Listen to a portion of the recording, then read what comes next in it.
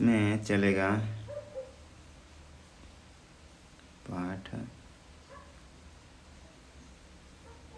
न च विनिगमना विरहात् विनिगमनादि विरहा, ये चलेगा 561 पृष्ठ में 16 नंबर पंक्ति। नहीं, ये भी हो गया था।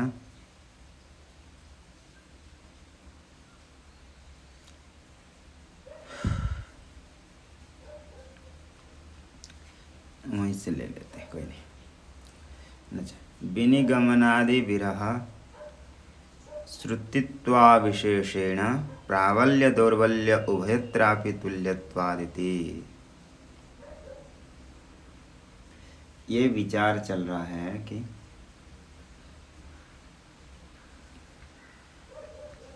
कर्म प्रतिपादक जो श्रुतियाँ, वहाँ पर कहा गया है अपाम सोमम अमृता अभूम इत्यादि, चतुर्मास्ययाजिनः अक्षयम हवै चातुर्मास्ययाजिनः, चातुर्मास्य याग करने वालों का जो पुण्य होता है अक्षय होता है। इसी प्रकार के कथन से कर्म से भी वह सुख, नित्य सुख को प्राप्त किया जा सकता है जो विनाशी नहीं है। और मोक्ष भी वही है, स्वरूपानंद नित्य सुख स्वरूप है। तो कर्म में ही प्रवृत्त होना चाहिए, ना कि ज्ञान। इस प्रकार के विचार चल रहा था। तो उसमें सिद्धांति पक्ष से ये कह रहे हैं कि जो कर्म से जो भी फल होता है वह अनित्य है। इसी का विचार चल रहा है। और उसी में श्रुति आदि युक्ति प्रमाण दिए थे। तद यथा इह कर्म चितो लोकः क्षीयते इत्यादि श्रुति और युक्ति आदि भी दिए थे। यत् कृतकम तद अनित्यम, जो भी कार्य है वह अनित्य है।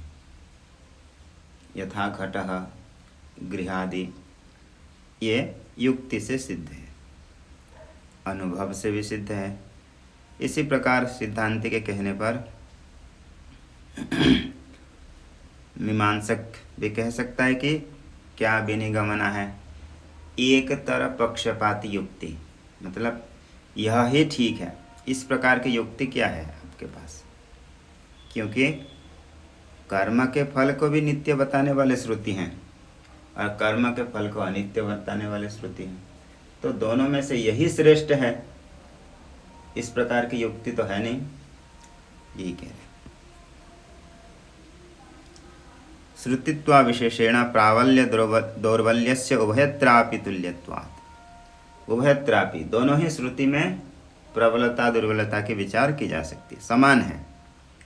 अतः अनित्यत्व प्रतिपादक श्रुते है, जो अनित्यत्व प्रतिपादक श्रुति है, नहीं इति न च वाच्यम, सिद्धांति कहेगा आगे, अनित्यत्व प्रतिपादक श्रुते है यद्यत् क्रियाजन्यम तत्तद अनित्यमिति, जो भी कार्य होते हैं वह अनित्य होते हैं इत्यादि युक्ति प्रत्यक्ष दृष्ट व्याप्ति उपोद्बलितत्वेन प्रबलत्वात्।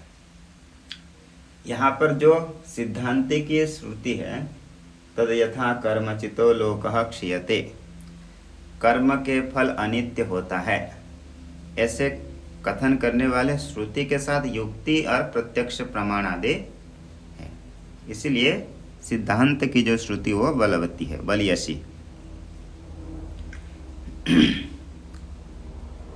न च नित्यता प्रतिपादकत्वे अनुग्राहकम प्रमाणमस्ति।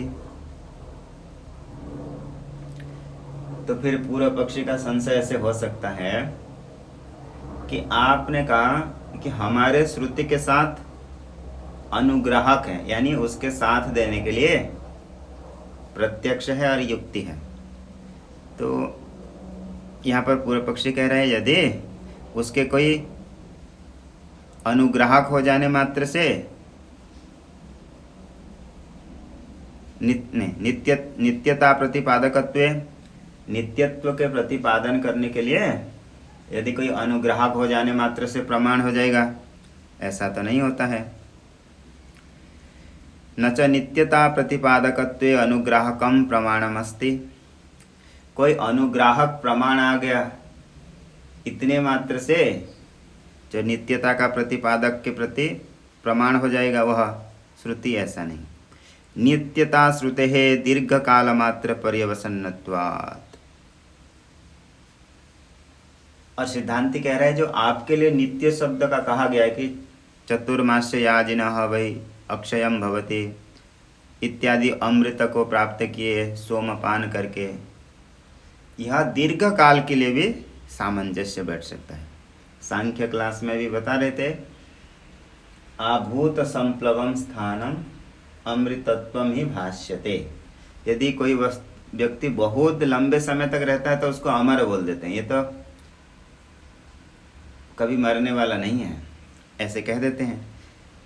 जैसे कि अश्वत्थामादि नित्यतावत, जैसे लोग कहते हैं कि इतने चिरंजीवी हैं, अश्वत्थामा, परशुराम, हनुमान जी, बलि इत्यादि चिरंजीवी कहते थे, उनको भी लोग क्या कहते हैं, ये भी सभी अमर हैं।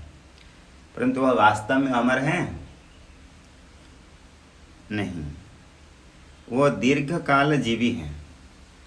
दीर्घ काल जीवी होने से उनको नित्य अमर कह देते हैं, नित्य कह देते हैं। हनुमान जी तो अब तक है जीवित हो। हनुमान जी भी जो हैं शरीर धारण करके सदा रह सकते हैं नहीं। हनुमान जी कोई अद्वितीय परमात्मा से सद्रूप चैतन्य से भिन्न है हनुमान जी? नहीं है।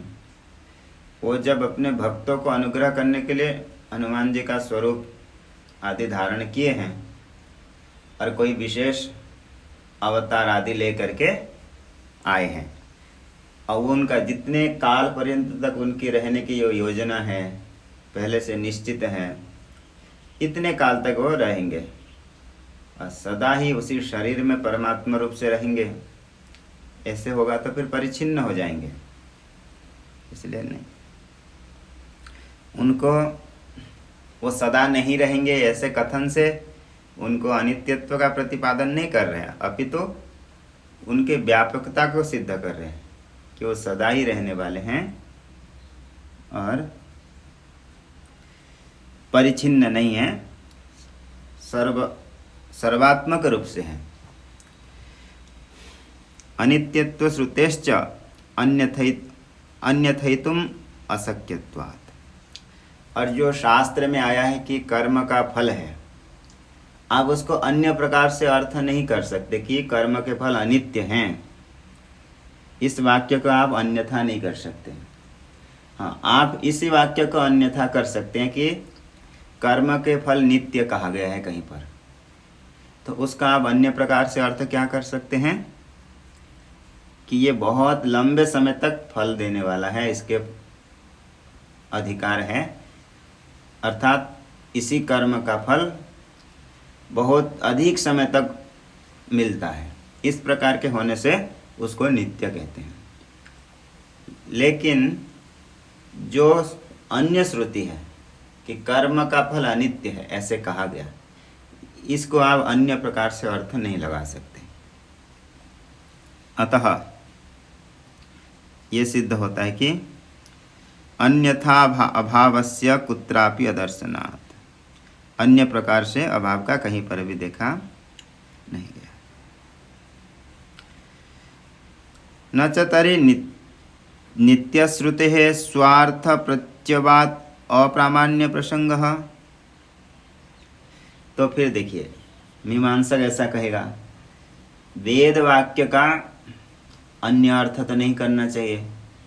यदि जो अर्थ प्रतिपादन करे अन्य अर्थ होने से वो प्रमाण नहीं होगा, अप्रामाण्य हो जाएगा।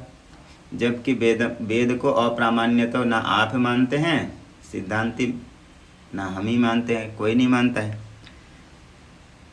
तर्हि नित्यश्रुतेः स्वार्थप्रत्यवात् अप्रामाण्य प्रसंगः, ऐसा कहेगा। यदि अन्य प्रकार से अर्थ कल्पना करेंगे तो ये तो फिर अप्रामाणिक हो गया वेद। इति न च वाच्यम्। रुचि उत्पादन द्वारा प्रवृत्ति उत्पादकतया तात्पर्यार्थ अबाधात। कह रहे हैं कि देखो, रुचि को लेकर के ऐसे कथन किया जाता है। रुचि उत्पन्न करने के लिए रुचि उत्पादन द्वारा प्रवृत्ति उत्पादकतया, शास्त्र में यदि कहेंगे कि इस कर्म का फल बहुत अधिक है,